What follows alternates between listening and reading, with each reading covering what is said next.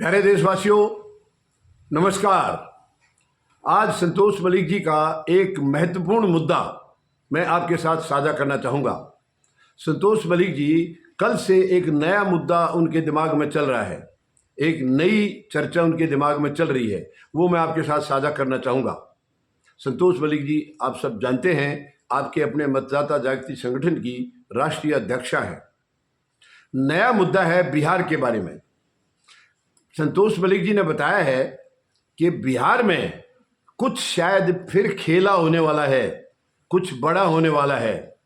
जैसे आसार 2024 दिसंबर से शुरू हो गए थे और कुछ महीनों तक चले, 1-2 महीने तक, वो बीच में मामला ठंडा पड़ गया, अब फिर से ताज़ा हो गया है।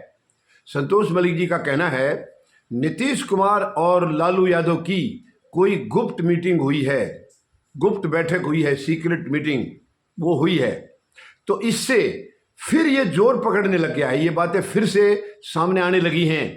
क्या कोई बहुत बड़ा खेला होने वाला है बिहार में, जिसकी उम्मीद 2024 दिसंबर से लगाई जा रही थी। आपको याद होगा 2024 दिसंबर में ये पूरा ऐसा माहौल बन गया था कि नीतीश कुमार पलटी मारेंगे, लेकिन बाद में फिर चर्चाएं शुरू हुई कि 24 खत्म होने के बाद 2025 जब शुरू होगा और मकर संक्रांति का जो त्यौहार होगा, उसमें ये दही चूड़े का एक भोज कराते हैं, सब आपस में एक दूसरे को इनवाइट करते हैं, बहुत बड़ा त्यौहार है ये बिहार का।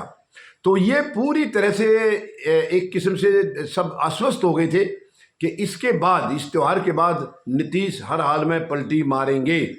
उस बीच में राहुल गांधी भी वहाँ गए हैं 1-2 बार, उन्होंने अपना दौरा जो बाद में होना था उसको प्रीपोन किया था, एडवांस किया था, लेकिन किसी कारणवश वो पलटी लगी नहीं। उस वक्त नीतीश की पलटी उस वक्त लगी नहीं। हालांकि नीतीश कुमार का इतिहास है, जब वो पलटी मारने की ठानते हैं तो वो पलटी मारते हैं। देखिए, राजनीति में देखा जाए तो ये बहुत ही गंदा खेल है, गंदा खेल है, आज इधर कल उधर, ये बहुत ही। लेकिन अब करे क्या, दुर्भाग्य है भारत की राजनीति का। ये भारत की राजनीति का दुर्भाग्य है कि हमारी राजनीति आज इतने नीचे तक चली गई है, इतने निचले स्तर तक पहुंच गई है, शायद उसके आगे और जाने की जगह भी नहीं है, इतनी नीचे गिर गई है। चरित्र नाम की कोई चीज़ नहीं है, कमिटमेंट नाम की कोई चीज़ नहीं है, कुछ नहीं है राजनीति में, बचा कुछ नहीं है, केवल कुर्सी बची है। कुर्सी है, उसी का खेल चलता रहता है, बाकी कुछ नहीं है। जनता वहाँ है ही नहीं। भारत की राजनीति के अंदर जनता की कोई जगह नहीं है, हमारे नागरिकों की, आम नागरिकों की कोई जगह नहीं है। चंद लोगों की जगह है जो अपने आप को कहते हैं कि जनता ने चुना है, जो कि ईवीएम से चुन करके जाते हैं, और जो उनको वहाँ तक पहुँचाने में जो साथ देते हैं, कुछ वो लोग हैं। आज राजनीति में इसके सिवाय कुछ नहीं है, कुछ नहीं है। खैर चलिए, वो टॉपिक नहीं आज हमारा। आज हमारा टॉपिक है बिहार की, यानी बिहार के अंदर लालू और नीतीश की गुप्त बैठक के बारे में। तो अब हालांकि ये पहली बार हुआ है कि नीतीश पलटी मारने की ठानने के बाद इतना लंबा समय हो गया और पलटी लगी नहीं है, ये भी पहली बार हुआ है। वरना जब ठानते थे तो बहुत जल्दी पलटी मारते थे। पहली बार है कि वो काफ़ी फूक पर कदम उठा रहे हैं। लेकिन ये जरूर है कि जब वो ठान लेते हैं तो पलटी तो जरूर लगेगी, और अब शायद जल्दी लग सकती है, और नहीं तो चुनाव से पहले तो लगेगी। ये मैं आपको साफ बता देता हूँ। संतोष मलिक जी ने बताया है कि ये जो सीक्रेट मीटिंग हुई है, यानी गुप्त बैठक हुई है, ये इसके पीछे 2 कारण हैं। पहला कारण है पहलगाम हमला। पहलगाम में जो आतंकी हमला हुआ है वो भी संदेह के घेरे में। मैं किसी के ऊपर दोष नहीं लगा रहा हूँ, संतोष मलिक जी ने भी दोष नहीं लगाया, लेकिन जो हालात दिखते हैं, वो दिखती हुई बात सामने जो दिख रही है, तो उसको कैसे नहीं कहेंगे। वो तो कहेंगे ना कि इतने बड़े संवेदनशील इलाके में इतनी बड़ी तादाद में हमारे पर्यटक जा रहे थे, और सुरक्षा के नाम पर एक सिंगल सिपाही, एक सिंगल जवान उपलब्ध नहीं था। क्या वो जवान अपनी मर्जी से नहीं आए, या उनको आने के लिए मना किया गया? ये क्या है, ये भविष्य का, अब ये जांच का विषय है, मैं इस पर कुछ नहीं कहूँगा। लेकिन मतलब कोई भी साधारण से साधारण व्यक्ति भी ये सवाल करेगा कि जहाँ सुरक्षा की बहुत सख्त जरूरत है, वहाँ सुरक्षा जीरो थी। तो ये सवालिया निशान तो है, और सवालिया निशान तो सरकार के ऊपर है, क्योंकि सरकार की जिम्मेवारी है, सुरक्षा देना सरकार की जिम्मेवारी है। लेकिन वर्तमान में जो सरकार चल रही है वो सब गलतियां करेगी, सब कुछ उल्टे सीधे करेगी, लेकिन अपने आप को दोषी साबित नहीं होने देती। क्यों? दोषी करेगा कौन? दोषी साबित सरकार करती है, क्योंकि न्यायालय तक भी ये बात जाने नहीं देते। तो कहने का मतलब है, चलो वो भी विषय नहीं है। लेकिन आज केवल मैं ये बताऊंगा कि संतोष मलिक जी ने ये बताया है कि दो हैं कारण अब जो नीतीश कुमार की दोबारा पलटी मारने की बातचीत चली है। एक तो पहलगाम हमला जनता को एक ये संदेह है कि इसके पीछे के कुछ संदेहात्मक कारण हो सकते हैं। सुरक्षा क्यों नहीं थी, क्या जानबूझ के सुरक्षा हटाई गई है या क्या है, ये जांच का विषय है। लेकिन सवाल तो है, तो क्या बिहार में इसके खिलाफ माहौल तो नहीं बन जाएगा? इससे नीतीश कुमार घबराए हुए हैं, इससे डरे हुए हैं। तो वो चाहते हैं कि मैं एनडीए से दूर चला जाऊं, तो वो दाग शायद इन पर, मान लो चाहे वो लापरवाही है सुरक्षा की, कुछ भी है, जानबूझ के हुआ है या लापरवाही हुई या अनजाने में हुआ, कुछ भी हुआ तो है। इसको तो कोई मना नहीं कर सकता है कि वहां सुरक्षा बल नहीं थे।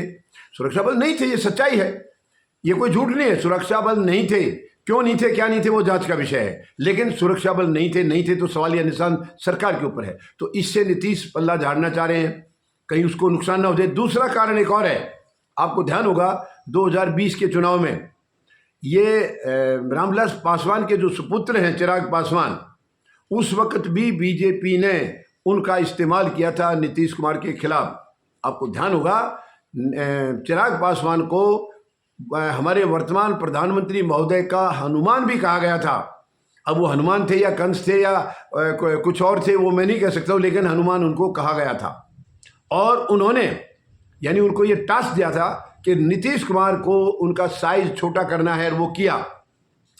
जेडीयू के सभी उम्मीदवारों के खिलाफ उन्होंने अपने उम्मीदवार खड़े किए और जेडीयू 43 पर सिमट गई। तो ये जो उनको टास्क दिया गया था वो कामयाब हुए थे। अब फिर से चर्चाएं जोर पकड़ रही हैं कि शायद अब फिर चिराग पासवान को कोई अलग रोल दिया जा रहा है, और वो अलग रोल जो होगा वो नीतीश कुमार के खिलाफ ही होना है। तो ये दो कारण हैं। इससे फिर स्पष्ट हो रहा है शायद नीतीश कुमार बहुत जल्दी पलटी मार सकते हैं। पलटी तो वो मारेंगे, मैं आपको यकीन दिलाता हूँ वो मारेंगे पलटी, क्योंकि जब ठानते हैं तो उनका वार खाली नहीं जाता है। लेकिन थोड़ा डिले अब की बार पहली बार हुआ है, इतना डिले नहीं होता था, अब की बार थोड़ा डिले हुआ है। दिसंबर 2024 से ये चर्चाएं चल रही हैं, ऐसी उम्मीदें लग रही थी, लेकिन अब वो पलटी तो जरूर मारेंगे। शायद इसी महीने मार जाएं या नहीं तो चुनाव से पहले तो मारेंगे, क्योंकि उनको मालूम है कि पिछली बार उनकी जो 43 पर रोक दिया गया था, शायद अब वो 43 का 3 ही रह जाए। ये भी हो सकता है, क्योंकि पूरी तरह से एनडीए भी जानता है। देखिए दोनों साजिश करता है, या नीतीश कुमार की भी साजिश में कोई कमी नहीं है। वो रात को किसी एक के साथ होंगे तो सुबह किसी और के साथ होंगे, अगले शाम तक दूसरे के साथ हो जाएंगे। ये साजिश है, इसको राजनीति में साजिश ही कहा जाता है, जो जनता के खिलाफ होती है। ये इसका भुगतभोगी तो जनता ही होती है, इनका क्या बिगड़ता है, इनकी कुर्सी बरकरार रहती है, इधर लो या इधर लो। तो राजनीति का स्तर इतना नीचे गिर गया है। खैर, तो ये अब ये पक्की बात है, किसी भी हालत में ये चुनाव से पहले पलटी मारेंगे। तो ये पहलगाम हमले का जो फायदा लेने की कोशिश कर रही है बीजेपी, उससे नीतीश कुमार अपना किनारा कर रहे हैं, और उधर उनको कमजोर करने के लिए जो चिराग पासवान का इस्तेमाल किया जा रहा है, शायद वो अगर इंडिया गठबंधन का हिस्सा बनते हैं तो शायद इससे कुछ उसको राहत मिल सकती है। अब एक और बड़ा सवाल है, क्योंकि इंडिया गठबंधन में पिछले कुछ महीनों में हालात थोड़े से नाजुक हुए हैं नीतीश के लिए। कई चीज़ों के लिए इनके बयानों के विरोधाभास भी हुआ है वहाँ इंडिया गठबंधन के बाकी नेताओं से भी, और लालू प्रसाद यादव के जो सुपुत्र हैं तेजस्वी यादव, उन्होंने तो काफ़ी खुलकर उनका विरोध किया है। तो क्या मैंने आपको पहले बताया है कि राजनीति में चरित्र नाम की चीज़ नहीं है। वो बेशक इनके विरोध में थे, लेकिन अगर ये जाते हैं तो मुझे यकीन है वो फिर से ले लेंगे इनको, फिर से भाषा बदल जाएगी, क्योंकि ये हमारी राजनीतिक भाषा है, भारत की राजनीतिक भाषा है। यानी राजनीतिक भाषा, राजनीति बहुत सुंदर चीज़ है, पवित्र है, मगर उसको इतना गिरा दिया गया है कि हर बात में आज यही कहने लगे कि यार क्या राजनीति कर रहे हो। तो राजनीति का स्तर इतना गिरा दिया है। तो मुझे उम्मीद है अब नीतीश कुमार की पलटी शायद जो दोबारा माहौल बना है शायद बहुत जल्दी लगेगी, और जल्दी लगेगी तो ये झटका बीजेपी के लिए बहुत तगड़ा होगा, क्योंकि वो भी सब समझ जाएगी, जनता भी समझ जाएगी कि पहलगाम हमले की वजह से ये इधर किनारा करके आए हैं। तो पहलगाम हमले का बीजेपी को ही शायद नुकसान झेलना पड़ेगा, ऐसे हालात दिख रहे हैं। बाकी ये समय के गर्भ में है, आने वाले कुछ समय में तस्वीर शायद साफ हो जाएगी। धन्यवाद। जय जवान, जय किसान, जय हिंद।